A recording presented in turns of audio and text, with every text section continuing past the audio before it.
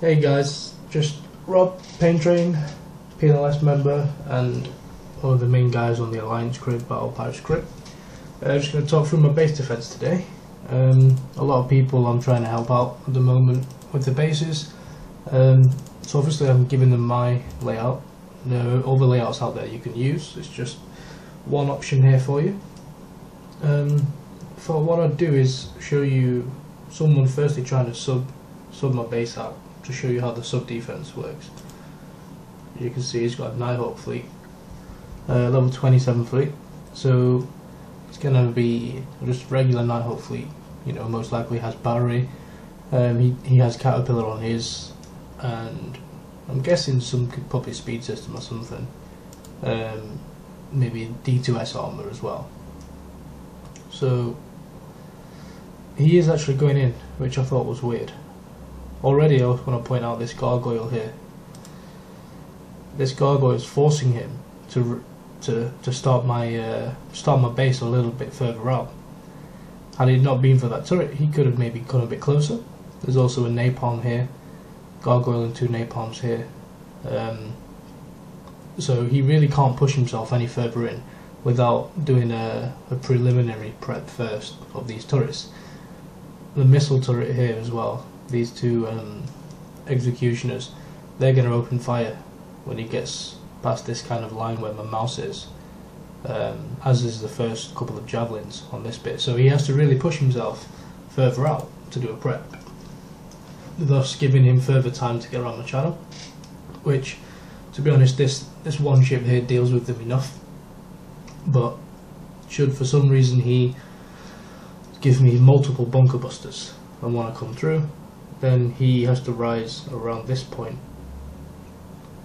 So we'll bit boring because he's going around the channel, we can't see him. I want to say that if he did not have any Caterpillar or D2S, this Viper will pick him up around here. This gargoyle will fire it in around the whole bend. It's not just there to look pretty, and it can be prepped out, but there's a secondary purpose behind that gargoyle, which I'll show you in a bit. Here we go. So the thermal's picked him up here. This is the thermal range. First of all, he's literally getting kicked in the arse by this gargoyle. He hasn't prepped it out, so that's going to take a nice chunk off him. I want to add, if you retrofit your gargoyles, it increases the splash, so you're going to pick him off a little bit easier, because obviously he's driving away from you and he's underwater, so he's getting an extra bit of combat speed bonus from the Nighthawk. So the more splash you've got, the more damage you're going to do to him as he drives away. But there's another gargoyle here which is going to tear him up as he drives into it. No weapons on the Viper, it's just there simply to be a spotter. I'll show you the build on that as well. It can take a few rockets. So I mean, yeah, you can see he's pretty much screwed here. The Wendigo's fired its first salvo. Even though he's submerged, it won't do its radiation damage, but the field of effect is still there. He's going to get caught on an ice field, giving him a debuff in speed, turn speed, reload should he be able to fire at anything, which obviously he's not. So let's see what happens. Watch his health bar here. That's his health bar gone. Now I just want to point out what's going to happen. He's about to come into this corner here, which will temporarily put him out of thermal range. The whole guard is firing, but obviously it's not going to, the enforcer you can see there, it's not damaging him, but he's coming to a point where he's got to rise. So this is where it becomes a pain in the arse for subs. Let's get rid of that message up there. He actually dies at this point. When I press play, you'll see his health bar diminish. The thing that's killed him is the field of effect from the Wendigo. Having the Wendigo in the middle there, rather than some people who I've seen using a similar design to mine have the Wendigo up front, so it fires further in, earlier in the channel. I prefer it in the middle because it covers the the most useful area of the channel across this bend here. If your Wendigo's in the first two slots, it ain't covering this bit here, and this is where you need to have it extra bit of sub defense. Also, any fleet that pushes past and you know, Hellhounds pushing through with the last bit of life, they die on this bit here. So this gargoyle here is about to fire again.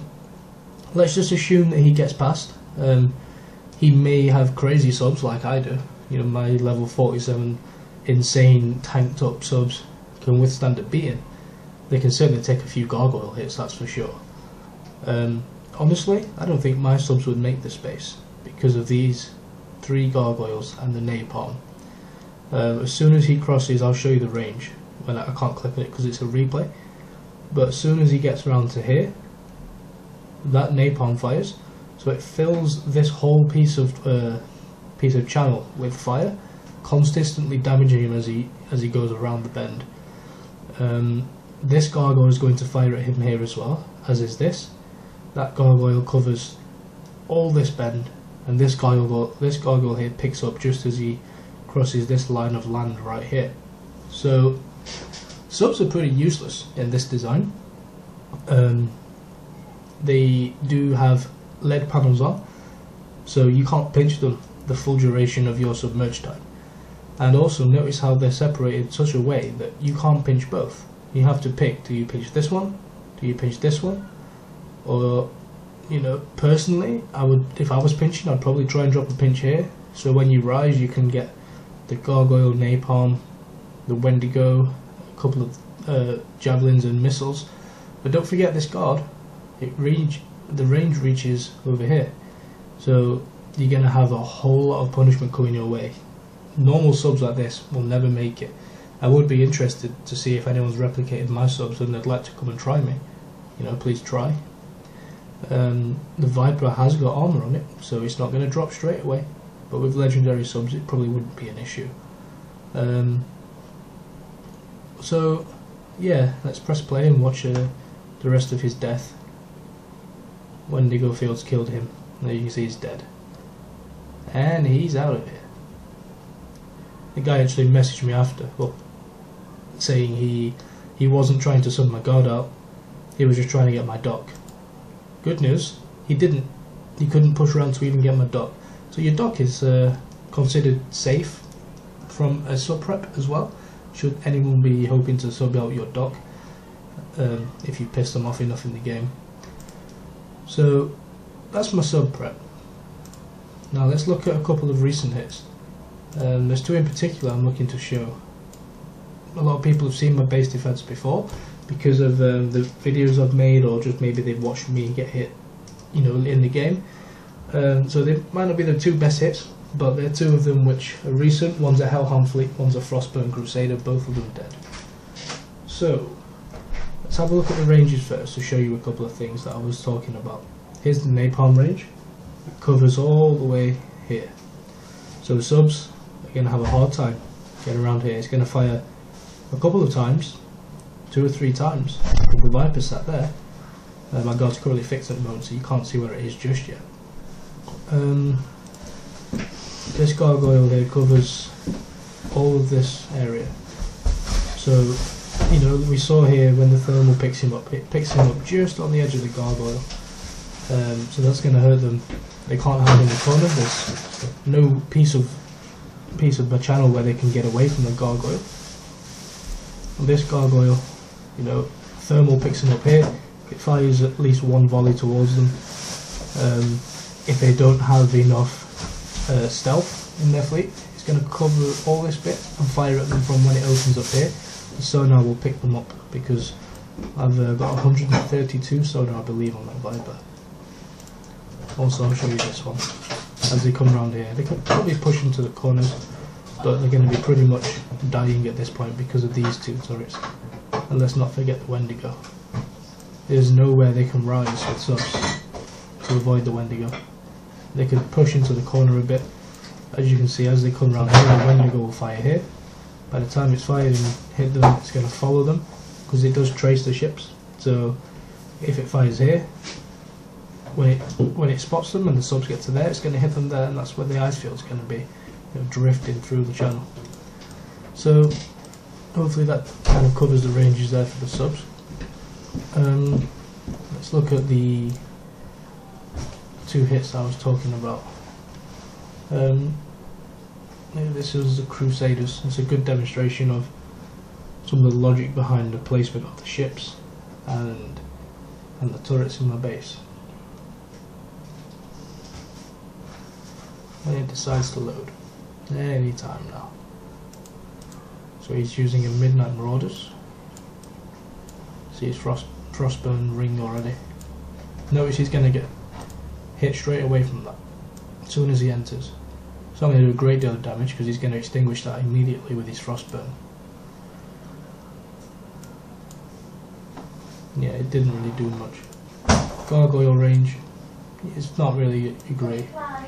Like I said, it helps them with the sub preps. Gives them an option to prep again. Also, a lot of people don't think about that. They come in, you know, the first thing they're looking at is, oh, what's he got on his guard, and they're clicking, trying to get into the base, and often that fires them a little bit. It has got armor on as well, so just an armor piece on there to distract them. See the range on this gargoyle? Forces them to stop. Usually, obviously this turret is insane at killing things. You can see it takes 2 volleys though for each of these turrets. All of these turrets have 1 armor panel each. I'll show you each individual turret in a minute. Now you can see I've opted for ballistics over the missiles. I've done that because a lot of ships now have missile defense, and ballistic defense I find is usually where the ships are weakest, so I've gone with the javelins there. You see it's taking a pounding already. Let's press up so we can see all the range rings. Notice how he's only damaging that one Atlas, he can't get both together. The Grim's punching out a nice triple salvo there, straight away he's dead. With the frostburn. It's got a hell of a lot of armour on that. Struggling to kill it. His frostburn's gone, so the Wendigo is now affecting him. And he's dead. Pretty fast. I think the base held up pretty well. The guard with the Locust is amazing.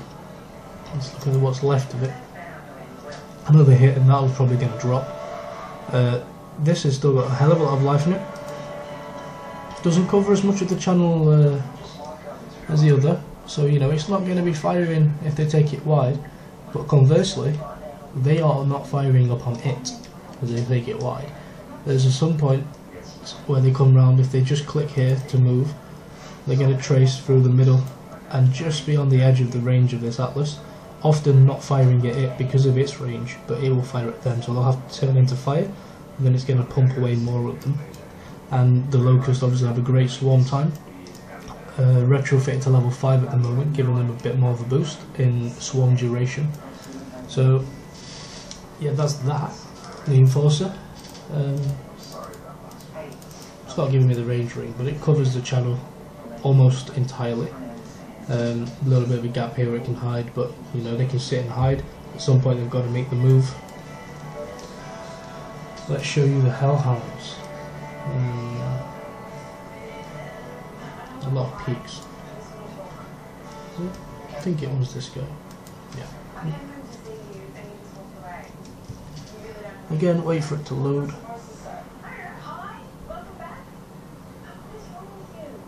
I'm going to say straight off the bat, his Hellhounds were a terrible build.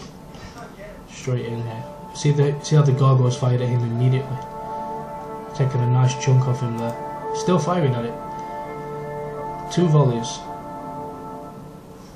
And he has no frostburn. Watch this area of water here with 3 napalms firing at him. It's a real orgy of fire. Now, I don't quite understand this build. Doesn't look like the strongest fleet. It's just it's just the most recent. He's moved into that. Bad move on his part. I know it's again, keep saying it's a terrible fleet that he's hit with, but it is, you know, level 45 fleet. His armor is not going to be too great, as you can see from his chevrons. He's dropped a pinch already, way too early. Pinch is gonna land just as he comes in range. A smart attacker would hug this wall and take it as wide as possible. Keep an eye on this Gargoyle. This is the secondary use. He's focusing on the guard, but don't forget, mate, there's a turret sat right here. and it's fired a volley, taking a good chunk off him. Most times people fire at that and they'll ignore the guard, or conversely the other way around. He's died. He got a quick pinch. He's dead. So the gargoyle and its logic here is when people come in the base around this point, as you can see, he dropped his pinch. He wanted to get an early pinch in and try and damage the guard. He didn't do a great job, but he panicked, as most people do, under the pressure of these. You know, they see all the locusts coming towards them, and the S launchers, the Wendigos firing, taking a punishment off the island. They often don't even look or notice this gargoyle and run straight into it, and then they quickly shift their target over to the gargoyle, thus giving the guard some breathing space. It's not taking a beating, it's still firing around the bend, but it ain't taking a beating. Oh, they kill that, and it's over really quick. That turret hasn't got any armour on. I might even put an armour piece on it if I can negotiate the base weight or the power, but people run into it and it gives the guard a bit more breathing space, and if they don't, they're going to take a hurt from that gargoyle. So like I said earlier, it's not just there to look pretty, it's not just there to hit subs. That is the main purpose, to put the attacker under pressure, to give them something to think about, and a lot of people don't seem skilled enough to think about things like that. They think that buying the biggest and baddest fleet will run them round. A lot of people, Hellhound negotiators, that is the thing that hurts them quite a bit, because you know they've taken hits sometimes off both of these. By the time they get to this point, before the guard's fired, some fleets are almost 25% damaged.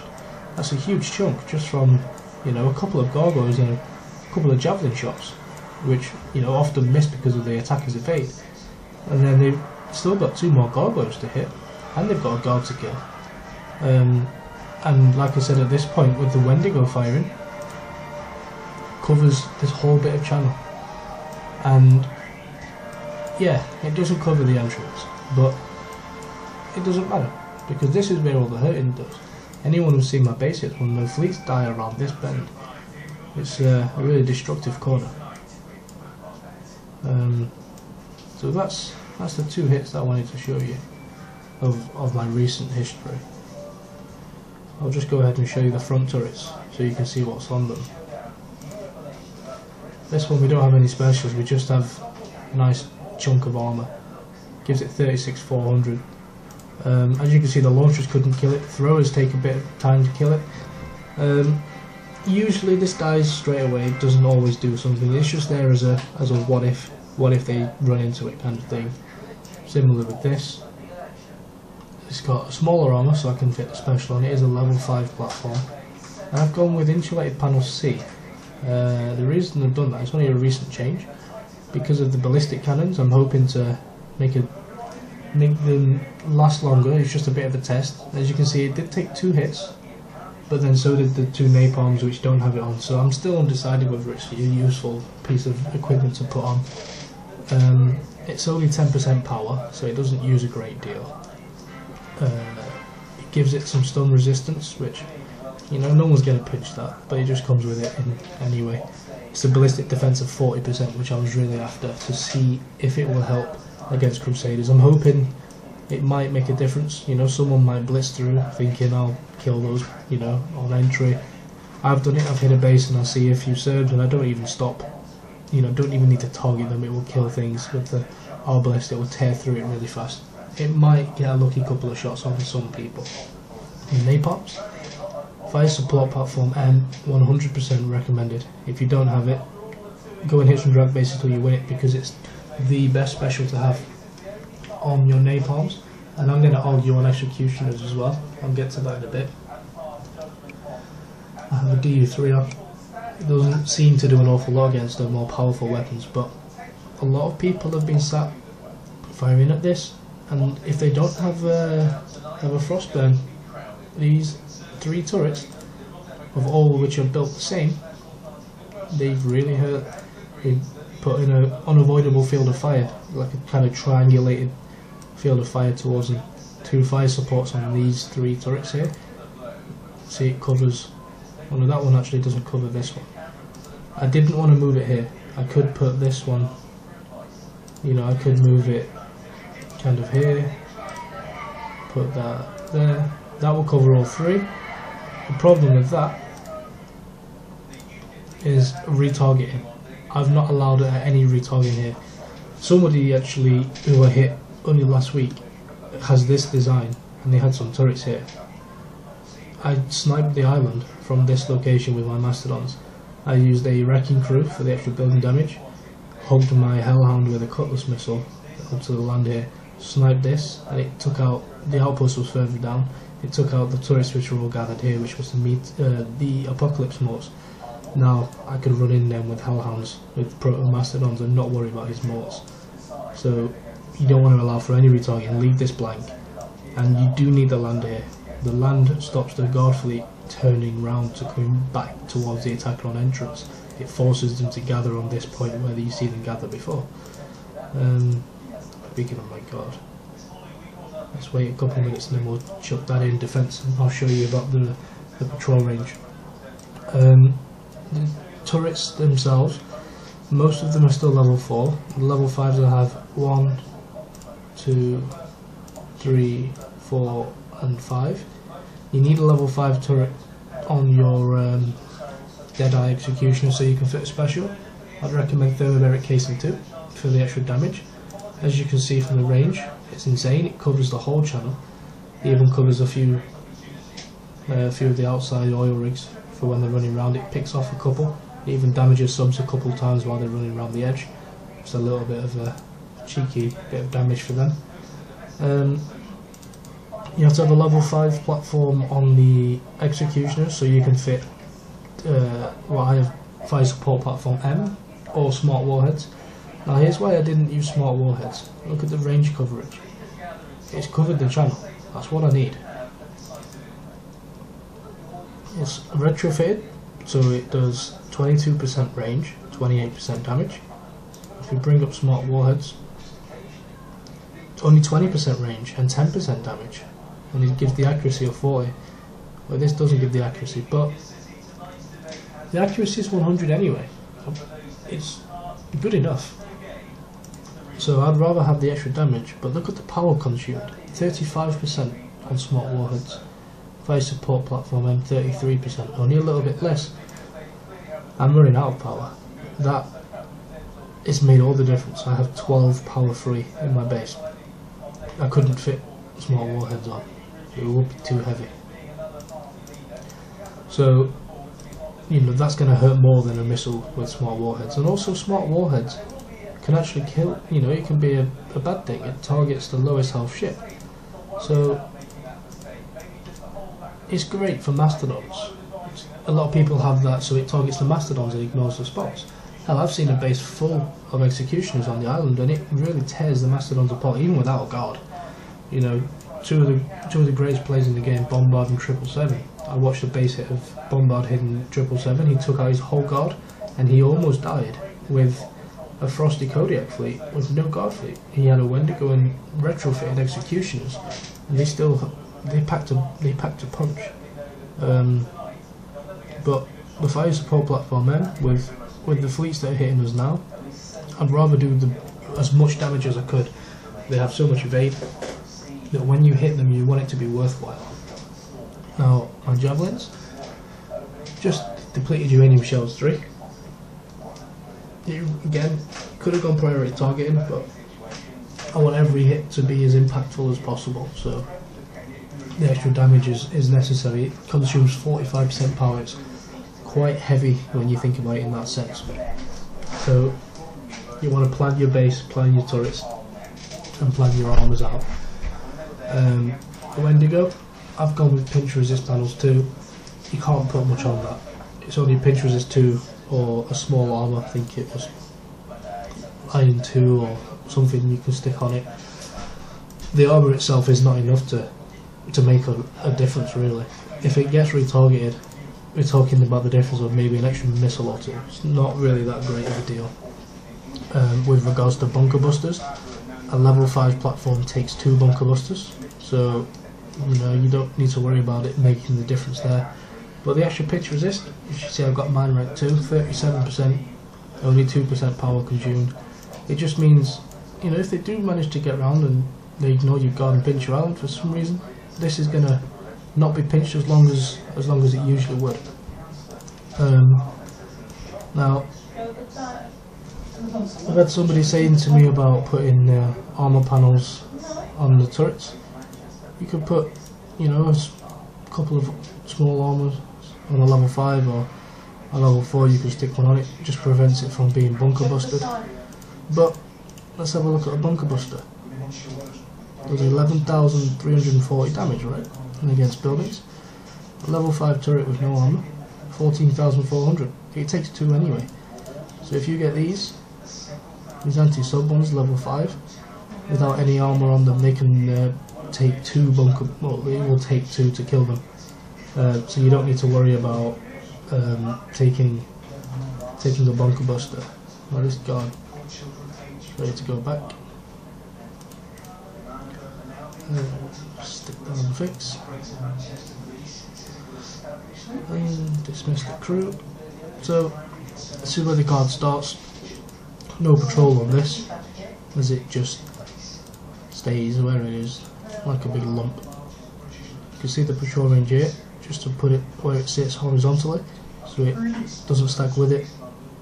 The Crusaders will hit that and ignore this while this is still firing towards them. This one moves just in front of it, so these two take damage together. Unfortunately, it's something I need to work on. The Grim moves just a little bit in front, so as they come round, they have to fire at the Grim by default, thus giving a triple salvo to all these. It doesn't have anything on it, just empty, but it does the deed. Here's the build on the Grim, just kind of for the movement, speed system to move faster, just a little bit of evade because it doesn't weigh anything. I just told you to come over to me. The Enforcer, 10 Cryo-S's, 3 bulkheads, and a compound plate. This gives it a massive armor points. Heavy plating 3, retro 8 gives it an extra 52.7 of each. Really useful. I'm going to be retrofitting that as much as I can. Agility system 3, it's only rank 10. I want to get that to R15. Now I'm going to say you want shielded electronics 3. The reason I don't have that on is because for some reason Kickside don't like me. I never want it in the rotation of the missions. You want the shielded electronics, same as on these two. 2 Atlases are the same, 6 Locusts, full bulkhead, power cells, heavy plating. Agility system again, shielded electronics if you've got it. I will say shielded electronics means you can stick an extra 1 UAV on each.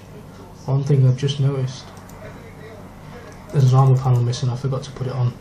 Just a small D2C will give it an extra more bit of ballistic defense against the new Crusaders. The Viper, just a Hellstorm, because why not, you have to put something on it, it's low in weight. 2 D4Ps, gives it a decent armor points.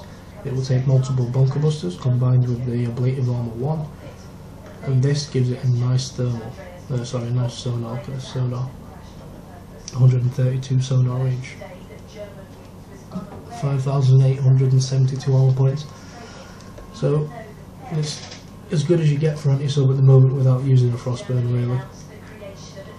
You see the stats on these, 53 is a little bit low, but as you retrofit, that's for ballistic defense, as you retrofit the heavy plate it goes up, and the only way to get that higher really is to lose armor points by changing bulkhead to ballistic armor, which I don't want to do, or by taking off heavy plating and putting a more ballistic armor on, like laying armor, but you don't want to lose your explosive and missile.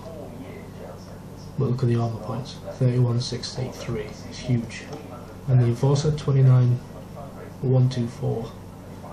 And you can see the ballistic 62 on that, with the D2C, I think it goes up to 65.